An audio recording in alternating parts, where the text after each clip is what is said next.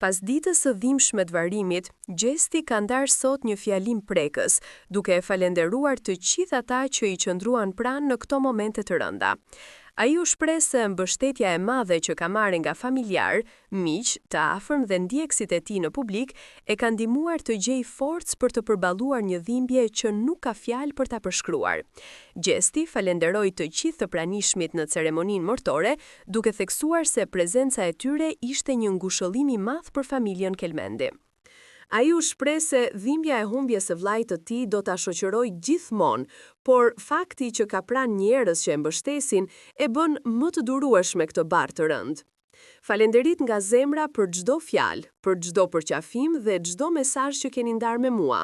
Kjo më ka dhënë forcë të mos dorëzohem para dhimbjes, tha ai me lot në sy. Në fjalimin e tij, Gjesti përmendi edhe ndjekësit e shumt në rrjete sociale, duke i cilësuar si një familje të madhe shpirtërore.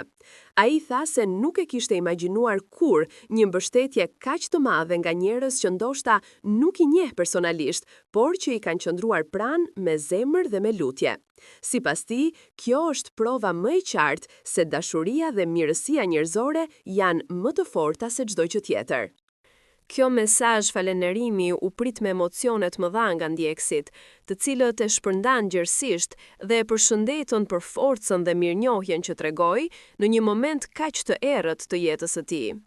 Fjalët e Gjestit, edhe pse të dhimbshme, ishin plot dritë dhe mirënjohje, duke lënë një mesazh se në tragjedi të tilla, solidariteti dhe dashuria njerëzore janë mbështetja më e madhe që mund të ketë dikush. Në fund, ai përsëriti se kjo humbje do të mbetet një plagë e pashëruar, por kujtimi i vëllait të tij do të jetojë gjithmonë në zemrat e familjes dhe të atyre që e deshën.